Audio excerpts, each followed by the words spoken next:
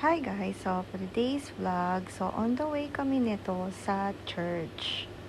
So ayan, kami ni Ate Kreng. So dito kami sa Opus Mall mag-church kasi nandito si Ate Girly.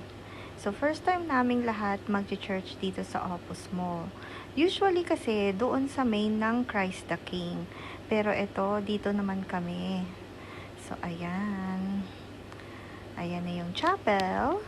So, sabi ko pa nga kay G-Style, i-message mo na yung ibang G family dahil baka hindi pa sila makasunod.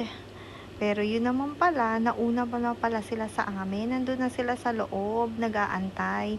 Hindi ko alam kung saan sila dumaan. Dahil same way naman din kami, galing sa condo. So, ayan, nagulat nga ako, nandito na pala sila. So, ayan, kaya natatawan na si ate, si ate Kai, si Kuya Pilo, at saka si Kuya Ricky. Dahil nga, nauna pa sila.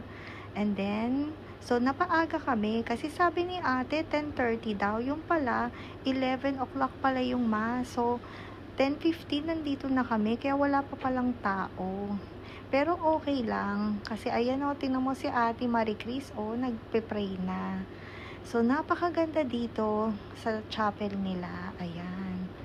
So ayan na si ate, nagpa-practice na silang magkanta kasi choir pala siya that day. So ayan na kami ni G-Style. Ayan. And then sa tabi ko ang G family. Ayan si Ate Kai, si Ate Kreng, si Ate Marie Chris, si Kuya Rene, si Kuya Pilo, at si Kuya Ricky, nandun sa dulo. So ayun si Ate Girly. So ito na pala yung mga choir members niya. So ayan, nagpa-practice na sila nung time na yan. Hindi alam ni Ate Girly na binivideo ko pala siya. Ayan, ang mga choir, ang gaganda nila, 'di ba? At ang gagaling ng boses nila. So, para silang mga angels nung kumakanta sila. Sana nga maparinig ko sa inyo, kaso baka naman makapiright ako guys. Pero ayan, sana nga next time makasimba kayo dito. Pero comment down below kung nakatry na kayong mag-church dito. Ayan kami ni G-Style. Ayan. So, mga puyat pa kaming lahat kasi nga, anong oras na rin kami natapos magkwentuhan. So, ayan. And then, maya-maya, mag-start na rin yung misa. Kami pala ang naka-assign mag-offer. Kaya, nandito rin kami. Ayan, tapos na yung misa. So, kakain naman kami doon sa baba, sa Antonio, syempre. Dahil yun ang paborito talaga ni G-Style. Ayan na silang lahat. Actually, may isang bata dyan. Hindi ko alam kung sino nagsabing hello vlog. So, ayan, nandito na kami sa Antonios. Ayan. So, binibilang namin kung ilang kami dahil nga dun daw kami sa taas. Dahil nga hindi kami kasya dun sa first floor ng Antonios. So, ayan na kaming lahat. Inaantay na lang namin tawagin kami. Kaya chill-chill lang muna hanggang sa tawagin kami para umakyat sa taas. So, ayan kaming lahat. Ayan, mukhang gutom na rin sila kasi nga lunchtime na rin ito. So, ayan sila. Kuya Ernie, si Kuya Miguel, si Kuya Raf, si Kuya Gab. So, ayan, tinitignan nila. May QR code dyan sa placemat. Paper placemat nila na pwede kang mag-order or meron silang sa tablet. So, ayan, tinitignan na nila kung anong gusto nilang orderin. Pero, syempre, nakailang beses na kumain kami dito, kaya alam na namin yung orderin namin. So, ayan kami. Ayan na si Kuya Rene. So, tahimik lang si Kuya Rene. Nahihiya pa siya nun, pero gustong-gusto naman niya yan. So, ayan na ating mga Kuya Pilo at Kuya Ricky. So, I think naka-order na sila dito. Nasabi na nila. Pero, ang gusto talaga din ni Kuya Pilo, kumain ulit nung salad. Yung chicken salad ata yun. So, ayan. Nag-order na sila kung ilan. So, binibilang na kung ilan. Bali, syempre, big breakfast ako. Ayan. So, Nakalimutan ko kung ano yung mga in-order nila. Basta mamaya papakita ko sa inyo kung ano yung mga in-order nila. So, ito yung salad na sinasabi ko na gusto ni Kuya Pilo. Masarap siya guys. Medyo may pagka-crispy. Ayan. So, ayan na siya. Tingnan mo naman ang ngiti ng Kuya Pilo. Tuwan-tuwa siya. Dahil nagsabi nga siya, yan ang gusto niya talagang kainin. At dumating na rin yung ibang order. So, ayan, nagsalad din pala sila at nagkape. So, hindi ko alam kung anong in-order nilang kape. Pero, syempre, sa akin, ay cappuccino pa rin yung iinumin ko. Ayan. So, ito na yung cappuccino ko. Dumating na rin, guys. So, maya-maya, darating na rin yung mga in-order naming food. Kasi gutom na rin ang lahat. So, ayan, nagkukwentuhan na lang sila. Ayan. So, naubos na pala nila Kuya Pilo yung salad. At ito naman si Kuya Gab. Tingnan mo naman. I think club sandwich tong in-order niya. So, ayan. And then, syempre, big breakfast na naman sa akin, guys. Same din pala kami ni Kuya Ricky. Big breakfast din. At ni Kuya Pilo. So, ayan. So, syempre, may egg, may pork and beans, bacon, corned beef, at longganisa, tsaka fried rice. Bali, garlic fried rice. So, ayan na si Ate Marie Chris at si Ate Kai. So, that time, si Ate Kai, sumama din pala yung pakiramdam niya. Kasi uminom agad siya ng orange juice. Parang naano yung tiyan niya. At yung ilaw kasi, sumakit yung mata niya. So, ayan na sila. Dumating na rin pala yung mga in-order nila at nag-order din pala sila ng pizza. Hindi rin kami nakakain ng pizza kasi dito palang busog na kami. Ayun na, mag-start na kaming kumain. At ito yung in-order ni Ate Kai, bangus. Ayan na, may egg. Pareho pala sila ng mama niya. So, ayan. Kakain na kami. Tingnan nyo naman, masarap talagang kumain. Pag marami kayo, talagang gaganahan kang kumain. At nakikita mo silang masaya. So, talagang masaya ka na rin pag nakikita mo sila. So, ayan, tingnan nyo naman. Hindi mo na nga sila makausap eh. Pero okay lang. Kasi nga, talagang tumahimik nung dumating na yung mga food. Ayan. Ayan silang lahat. So, tingnan nyo, ang tahimik, maski si Kuya Rene.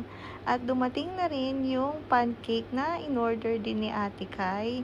Ayan, sumunod din pala si Ate Girly kasi after church, meron pa siyang mga ginawa sa church. Buti nga, nakasunod siya agad kasi alam namin gutom na rin siya. So, ayan, nagkukwentuhan na lang din sila. And then, after namin kumain, so, ayan, dumiretso naman kami sa SM. Dahil may pa-challenge si G-Style sa kanila. So, maya-maya malalaman ninyo. Ayan pala si Victory. Tama ba guys? Victory ba yung pangalan niya? So, nandito na kami sa SM. So, ang malalaman ninyo kung ano yung challenge ni G-Style. So, ayan. Abang-abang na lang natin kasi nag-CR yung iba. So, tinanong ko si Ate Kai kung okay na siya. Sabi niya medyo. Pero yun nga, makikita mo din naman na masama pa rin yung pakiramdam niya. So, ayan na sila. So, antayin pa natin yung iba. So, ayan. Kumuha na sila ng card. And then, sasabihin na ni G-Style kung ano yung challenge sa kanila. So, ayan. Kanya-kanya na sila ng card. Antayin natin yung iba. So, ayan. Kompleto na ata. So, sabi sa kanila ni G-Style, so, per family, so, meron silang tig pa 5,000 na worth na grocery. So, bahala na sila kung anong gusto nilang ilagay dyan. Basta tig pa 5K sila. Wala din namang time. So, pwede silang mag-take time. Basta i-compute lang nila kung ano yung ilalagay nila doon sa shopping cart nila. So, ayan, tuwang-tuwa sila. Parang kinakabahan nga si Kuya Pilo. Parang na-excite siya na hindi mo alam. So, ayan, tuwang-tuwa siya. Tingnan mo naman. Ayan, sabi nila, ayan nga, nakaka-excite. Pero okay lang, sabi ko sa kanila, kasi nga wala namang time. So, pwede silang mag-take time. So, ayan, iniisip na nila kung ano yung kukunin nila. Basta, tigpa 5K lang. So, ayan, iniisip-isip na nila. Sabi namin, ilabas yun na yung mga calculator ninyo. So, ayan na si Ate Kai at si Ate Marie Chris. Nag-start na silang mag-shopping, mag-food shopping. Ayan, nandito sila sa mga soda. At I think mga sausage itong kinuha niya. Or bacon. Ayan. Nahihiya-hiya pa siya niya, no? I think naka-live siya nung time na yan. So, ito pala yung mga fish nila, guys. Ayan, yung mga tinitinda nila dito. Fresh na fresh. Masarap talagang mag-food shopping dito sa SM. Ayun yung mga shrimp. Ayan, salmon ata yan, guys. So, ayan na si Kuya Ricky at si Ate Kai. Ayan si Kuya, tinutulungan sila kung ano ilalagay nila sa shopping cart nila. At si Ate Kreng. Ayan. So, iniisip ni Ate Kreng kung yun ang kukunin niya. Actually, binalikan pa nga ni Ate Kreng yan kasi nakalimutan niya mag-compute. So, ayan. Nagko-compute na sila kung ano yung kukunin nila.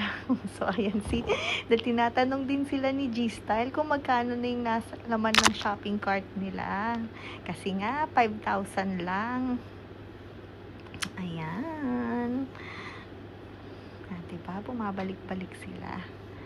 Ayan na si G-Style. Abangers. Ayan kami. So, inaantay lang namin kung anong oras sila matatapos. Kasi nga, masaya kami pag nakikita namin silang masaya. So, ayan, puntahan natin sila. Hanapin natin sila kung nasaan na sila. Dahil ang bibilis nila eh.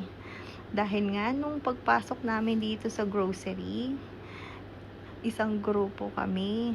Nung mag-start na yung challenge, kanya-kanya na. So, ayan, tingnan nyo, nagko-compute sila kung magkano na. Kung pwede pa silang magdagdag. So, ayan si Kuya. Tuwan-tuwa. Dahil si Kuya, nakakuha na rin naman siya nung isang araw ng grocery. So, ayan. So, hindi na rin siya kumuha ng cart. Kasi nga, tapos na siya. Nauna na siya parang 2 to 3 days ago. So, ayan. Si Ate Kreng, nagko-compute kung magkano na yung sa kanya. Ayan. Puntahan pa natin yung iba. So, kanya-kanya nga sila, guys. Kaya hinahanap ko rin sila. Ayan. Si Kuya Ricky, o ba? Mukhang madami na siyang nalagay. Ayan si G-Style. At ako. Si Kuya Pilo. Iniisip pa niya kung anong kukunin niya. Ayan. Kung kukuha siya siguro nung drinks. Ayan. And then, nandito na naman sila. Ayan, ang dami ng laman. Ang saya-saya naman, di ba guys? May mga laman na. Ayan si Kuya Pilo. So, nag-shopping siya para sa car niya. At nakita ko to, kasi naalala ko si Sky, kailangan ko na rin siyang bilhan ng leash. Pero wala dito yung gusto ko. So, ayan, tinitignan ko nga kung anong pwede kong ipasalubong sa kanya. Pero wala akong nagustuhan, guys. Pero sana nga meron para pasalubong ko kay Sky. Namimiss ko na rin siya nung time na to. So, ayan yung grocery. So, ayan. Nakapila na sila para magbayad. So, ayan yung mga laman ng shopping cart nila na worth 5,000 per cart. So, ayan. May grapes akong nakita. May diaper. Ayan, si G-Style at si Ate Marie Chris. Ayan, may kape siyang binili. I think tissue ito. Shampoo. May hash brown. May milk. Fresh milk. Ayan. And then, si Kuya Pilo, dinampot itong PH Care. Tinanong niya kung para saan yan. So, nung nalaman niya, binitawan niya. So, ayan, nagbabayad na sila, guys. So, dapat daw 5,000 lang. Pero ayan, si G-Style. Yung iba sa kanila lumagpas, pero konti lang, pero okay lang. Ayan. Ayan naman yung binili ko para sa condo namin. Kaya pinahiwalay na ni G-Style. At saka bumili rin ako ng bathroom deodorizer. So, ayan na sila. Nagbabayad na. Ayan na sila. So, ang ginawa ni G-Style per cart. So, ayan. At pinabox niya per family para hindi magkahiwalay-hiwalay. Ayan, tinatanong ako ni G-Style kung ilan yung nabili ko. Sabi ko, 2 yan, ihiwalay. Ayan, pinabox namin at pinalagyan ng name para hindi sila magkapalit-palit. Ayan, mabait naman sila dito. Ayan. Kasi nga kung paper bag lang, baka magkapalit-palit sila at baka mabutas. Ayan, tapos na kaming mag-grocery, kaya dumiretso na kami dito sa condo. Tingnan nyo naman yung mag-ina. Si Ate Marie Chris at si Ate Kai. Tuwan-tuwa dito sa swing. Parang bata si Ate Kai, ay si Ate Marie Chris. Ayan. Tuwan-tuwa. Ayan. At si G-Style at si Ate Kreng nagchichikahan. So, ayan. Ang saya, diba? Ayan. Tapos na si Ate Marie Chris mag-swing. Si Ate Kai na lang. Ayan. Buti na lang huminto na yung ulan. Pero basa pa rin yung grass. And then, after nilang umuwi, ayan, nagyaya si G-Style na mag-swimming dito. Mag-night swimming. Hindi na ako nag-swimming, guys. Kasi nga, pagod na rin ako. Kaya binidyo ko na lang si G-Style. So, ayan, ang galing-galing niya. So, ito palang pool, akala ko 5 feet. 4 feet lang pala itong adult pool. Sa kabila naman yung kiddie pool. Ayan, si G-Style. Sabi niya, video ko daw siya. So, ayan, ready, set, go! Ayan, o, diba? Ang galing-galing niyang mag-swim. Di kasi ako marunong mag-swimming, guys, eh. Kaya si G-Style na lang. So, pag pumupunta ako ng pool, nagtatampisaw lang ako. At, okay lang din sa akin, dahil nga kung abot ko yung ilalim. Pero hindi ako marunong magganyan katulad kay G-Style. Mag-lap pool. Pero, ayan. So, babalik naman daw siya. So, ayan na. O, diba? Ang galing. Swimmer talaga si G-Style. At, yun nga, pati si Kuya Jiro, marunong din siyang mag-swim. Yun nga lang, hindi namin kasama that time kasi nga may school siya. Ayan, kasi college na si Kuya Jiro. Hindi pwedeng mag-absent. So, ayan, nagpo-floating naman si G-Style. So, ayan, di ba? Ang galing-galing. Ang galing-galing niyang mag-floating. Ayan, sanay na sanay mag-swimming. So, ayan yung clubhouse ng aming condo. Ayan, kita nyo naman na umulan dito na naman. Ayun nga, bago umalis sila G-family, umulan ng malakas. So, ayan, ang ating pool. Ayan, si G-Style. Ayan, maya-maya ahon na rin siya. At ako, ayan, pakita ko sa inyo, guys. Diba, napaka-relaxing dito. Kaya maswerte kami. Dito kami nakakuha ng unit. Dahil naaalagaan na nila talaga yung area. Malinis, maraming puno. So, ayan.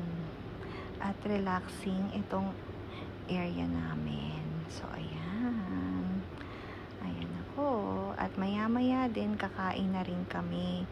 So, sabi ni G-Style, magpa-food grab daw ako ng Mang Inasal. So, ayan na. So, merong java rice, chicken, barbecue, palabok, at pritong lumpia. So, ayan si G-Style, kumukuha ng mga plates namin. At kakain na rin kami maya-maya. So, ayan ako. At si G-Style. Alright guys, thank you guys for watching. See you guys next time. Bye guys!